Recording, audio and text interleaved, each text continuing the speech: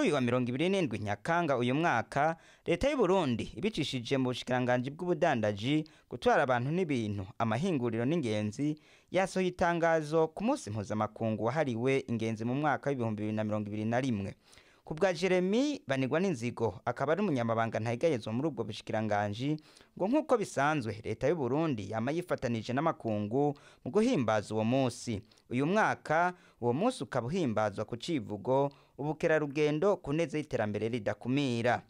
Yamenyesheje ko leta y'u Burundi iriko irashira inguvu nyinshi mu guteza imbere iki gisata gisanzwe gifise amahirwe ntangere yo guteza imbere igihugu.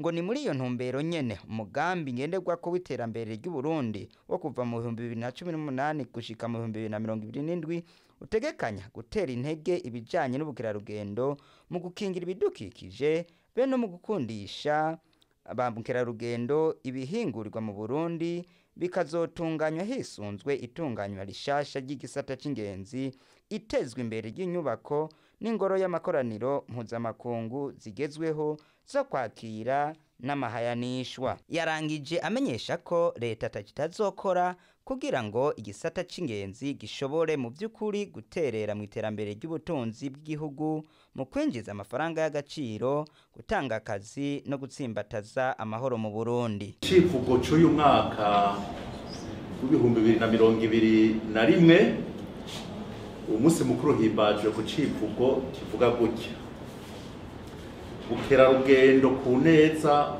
y'iterambere ridakumira. Kwigenekerezo rya 27 Nyakanga leta y'u Burundi yama yifatikanya n'ibindi bihugu byo ku isi mu guhimbaza umunsi mukuru mpuzamakungu wahariwe ingenzi. Uyu mwaka tuwuhimbaza ku civugo ubukerarugendo ku neza y'iterambere ridakumira. Leta y'u Burundi iriko irashira ingufu zitari nke mu guteza imbere igisata gisanzwe gifise amahirwe ntangere yo guteza imbere ubutunzi bw'igihugu. Ni muri iyo ntumbero nyene umugambi ngenderwako w'iterambere ry'u Burundi 2018 gushika 2027 utegekanya gutera intege ibijanye n'ubukerarugendo mu gukingira ibidukikije be no gukundisha ba mukerarugendo ibihingurirwa mu Burundi. Ivyo rero bikazotunganywa hisunzwe itunganywa rishasha ry'igisata c'ingenzi itezwe imbere inyubako n'ingoro z'amakoraniro mpuzamakungu zigezweho, eka nizo kwakira mbere n'amahayanishwa zidasigaye inyuma. Ukugumiza ku muzirikanyi akamaro k'igisata c'ingenzi, leta y'u Burundi yarerekanye ugushaka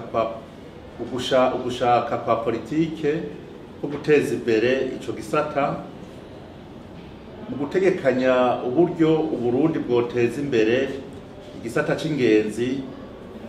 Yongera irashiraho itegeko ryorohereza abagwizatunga bifuza gukorera muri ico gisata baba bo mu Burundi canke mvamakungu.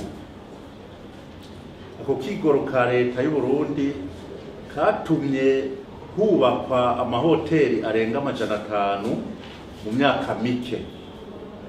Igitigiri c'amazu yakira ingenzi cavuye ku 87 muri 2010, ico gitigiri gishika ku mahoteri 595 mu mwaka w'2019. Igisata c'ingenzi kirumara mu guteza imbere ubutunzi no gutanga akazi. Mu Burundi ubuzi bungana ibice 4 n'ibice 4 kwijana bwaratanzwe mu bice bitandukanye bisanzwe bifitaniye ubucuti n'ico gisata. Aha twovuga tuvuye ku burimyi, kuko murazi yuko ingenzi zifungura bivuye mu burimyi, gutumatumanako, baraheza bagatumatumanako amakuru, tutirengagije ibyo kubaka amazu arivyo twari tubabwiye.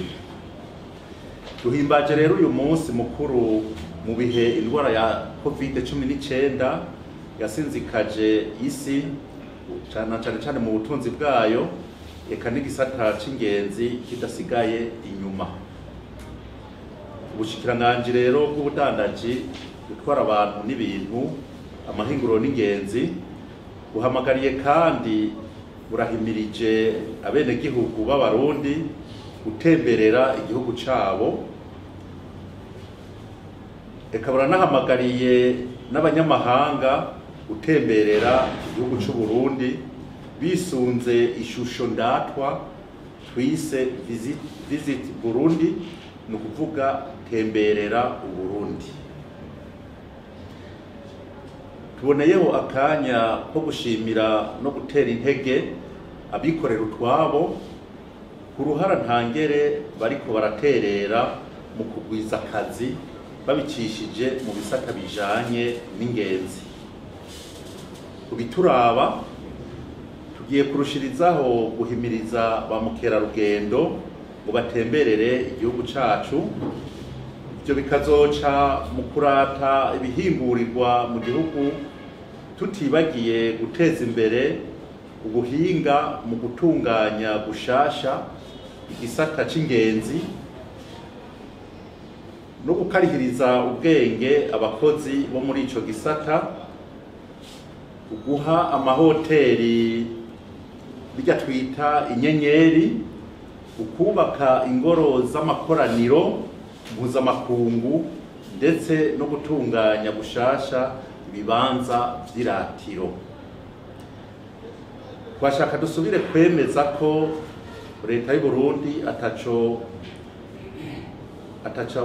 itazokora kugira igisata c'ingenzi mu Burundi gishobore guterera vy'ukuri mu iterambere ry'ubutunzi, na cane cane mu kwinjiza amafaranga y'agaciro.